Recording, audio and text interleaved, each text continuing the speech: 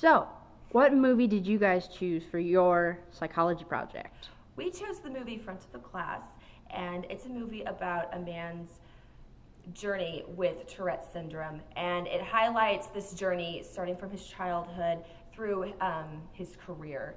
And it really shows the struggles that he's had to overcome, both socially and professionally, to become accepted with this disorder and how to function normally among people with this disorder.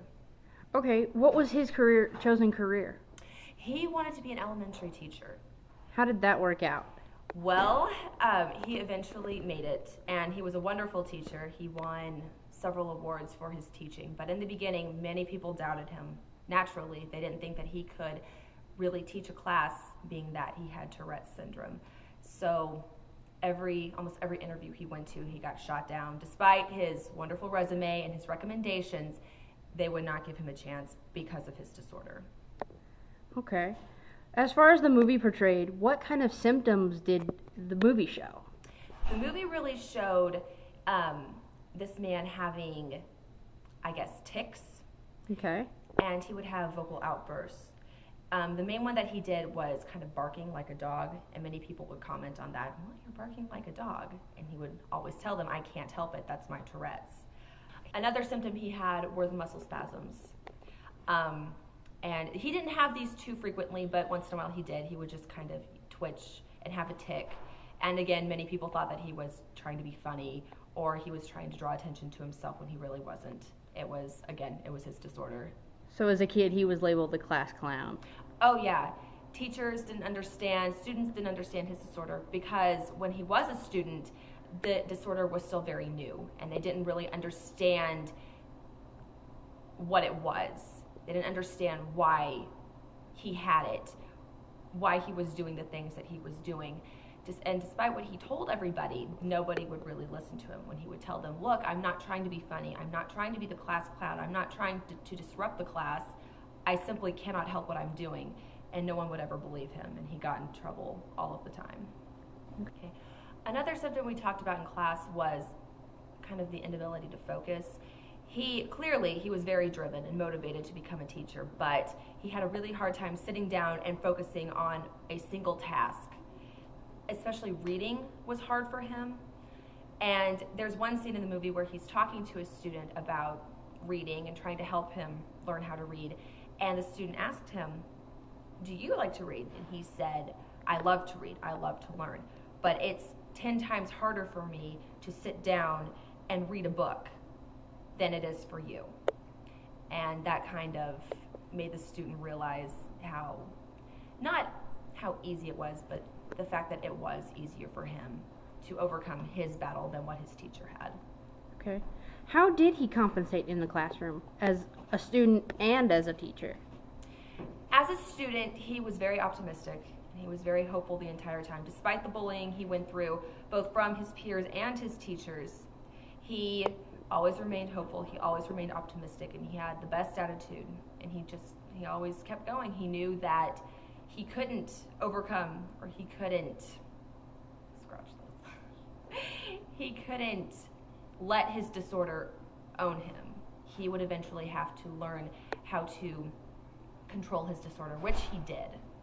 Okay. And in the classroom as a teacher, the very first thing he began teaching his students was about Tourette's syndrome, which is very different because I know personally I didn't know anything about Tourette's syndrome until I took abnormal psychology. So for 7-year-old students to learn that right off the bat is something really interesting and insightful, I think. Okay. So what kind of prognosis is there typically associated with Tourette's? Well, nowadays there is treatment for it. You can take medication to help suppress the symptoms for it, but essentially you will have it for your entire life. You can't get rid of it. It's not contagious, but you'll never be able to get rid of it. Okay, you say it's not contagious. What causes the Tourette's then? Biologists haven't really been able to find a root cause of Tourette's syndrome. They have found that it is genetic, but they haven't been able to find a specific gene that causes Tourette's syndrome. So they're still looking, but right now it's still a mystery. So despite the many advances, there's still a long ways to go. There is still a very long way to go. All right. How accurate would you say the movie was? Having lived it, I would say it's pretty accurate. I too have Tourette's, so I know what it's like to live with it, and the portrayal of it was really, really good because it gives people a really true to life concept of what it is to have Tourette's. So it's very accurate. I mean, I don't think there were really any wrong aspects of it. They showed the muscle spasms really well. They got to have somebody experience the barking and the sounds and stuff like that, and it kind of gives you a really in-depth glimpse of what it is. So I think it was really good. What about the main character's struggles professionally? How accurate do you think those were? Again, living it, I think it's really it's accurate because it's kind of one of those things that people can't see what's wrong with it, and because it's still so new in the diagnostic aspect, people don't understand how to react to somebody with it. So they don't understand how to treat it.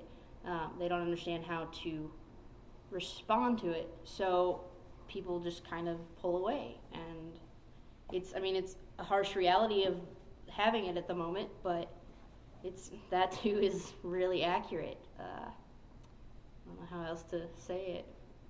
What were some of the positive messages portrayed in the movie? Well, of course, there was the idea of just keep on moving. I mean, keep checking and just go. Follow your dreams, because even with something like Tourette's, you still have the capabilities. You're not a lesser being because of it. You are just as good as anybody else. You're a little quirky, but you're still capable. And it really showed that message that to accept yourself for who you are and move on with that. It also, in some aspects, it showed a great tolerance for the people that did give him a chance. That you don't know that just because you're looking and seeing this person with Tourette's doesn't mean that that's the person. It showed that you have to look deeper in people in general. And I think that was a really great aspect of this film, because it did show that. On the other hand, though, it showed some of the darker sides of having Tourette's. That it's very much a social stigma still. And people that don't understand it or are ignorant of it don't react well. They don't give you the chances that you deserve. Even though this teacher had a spectacular resume, he was denied teaching positions because people didn't understand him. They couldn't see past his Tourette's and find the amazing teacher that he turned out to be. And, I mean, they lost out on it because they lost out on a great person. Instead of focusing on who he was, they focused on what they could see and missed out. And, I mean, I think that's a thing with social, in general, society. They tend to focus too much on the superficial and not focus on the person for what they can bring to the table instead of what looks funny or how they act differently. And I think the biggest problem is not knowing. By having the ignorance of it and since it is still new, people don't know enough about it to be intelligent about their reactions to it. And that being the case it's difficult, because if you don't know it and you don't experience it and you haven't seen it, it's new, it's off-putting. I mean, anything like that is different for people to understand and difficult. But I think to circumnavigate that education is the best way to do it.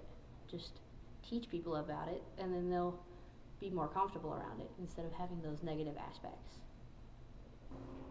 Okay, so recently Linda found out in class that I have Tourette's. So I kind of want to ask, what was your reaction?